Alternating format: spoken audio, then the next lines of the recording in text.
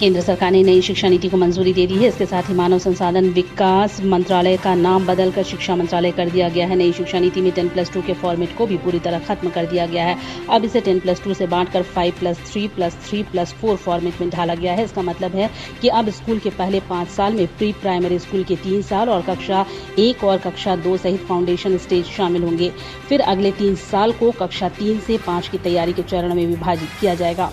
इसके बाद में 3 साल मध्य चरण, कक्षा 6 से 8 और माध्यमिक अवस्था के 4 वर्ष, कक्षा 9 से 12। इसके अलावा स्कूलों में कला, वाणिज्य, विज्ञान स्ट्रीम का कोई कठोर पालन नहीं होगा। छात्र अब जो भी पाठ्यक्रम चाहें वो ले सकते हैं। यहाँ नई एनईपी के बारे में जानने के लिए 10 महत्वपूर्ण बातें बताई गई हैं।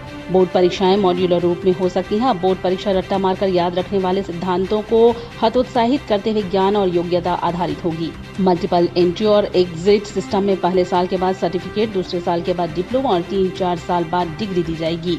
सभी उच्च शिक्षा संस्थानों, कानूनी और मेडिकल कॉलेजों को छोड़कर एकल नियामक यानी सिंगल रेगुलेटर द्वारा होगी। केंद्र सरकार की नई शिक्षा नीति के तहत निजी और सार्वजनिक उच्च शिक्षा संस्थानों के लिए सामान्य मानदंड अपनाया जाएगा। प्रेस कॉन्फ्रेंस में शिक्षा सचिव अमित खरे ने कहा कि आज की तारीख तक हमारे पास अलग अलग स्टैंड अलोन संस्थाओं के लिए अलग अलग विश्वविद्यालयों, केंद्रीय विश्वविद्यालयों के लिए अलग अलग मानदंड हैं। नई शिक्षा नीति कहती है कि गुणवत्ता के कारणों के लिए मानदंड सभी के लिए समान होंगे, न कि स्वामित्व के अनुसार।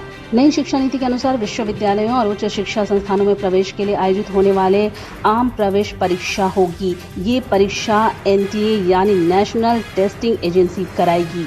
स्कूल पाठ्यक्रम को मेन कंसेप्ट में कम किया जाएगा। इसके साथ नई राष्ट्रीय शिक्षा नीति के तहत कक्षा 6 से व्यावसायिक शिक्षा का एकीकरण शामिल है। नई नीति 2035 तक हाई स्कूल के 50% छात्रों के लिए उच्च शिक्षा तक पहुंच का विस्तार करना चाहती है और इससे पहले सार्वभौमिक वयस्क साक्षरता प्राप्त करना है। मंत्रिमंडल ने तय किया है कि सकल घरेलू उत्पाद जीडीपी का लगभग 6% तक शिक्षा पर सार्वजनिक खर्च बढ़ाया जाए, जो कि अभी करीब 4.43% के करीब है।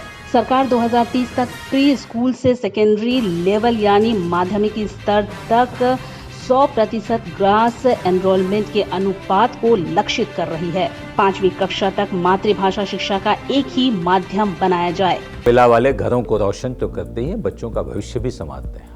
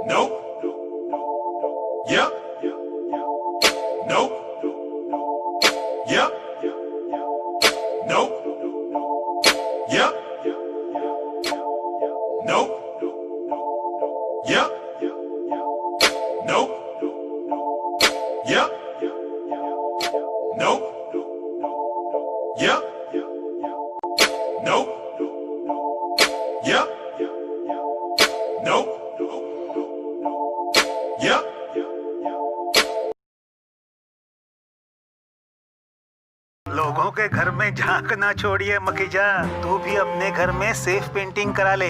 शूटिंग के लायक होगा तेरा घर। Asian paints safe painting service. Missed call दें 8050480504 पे। वाह।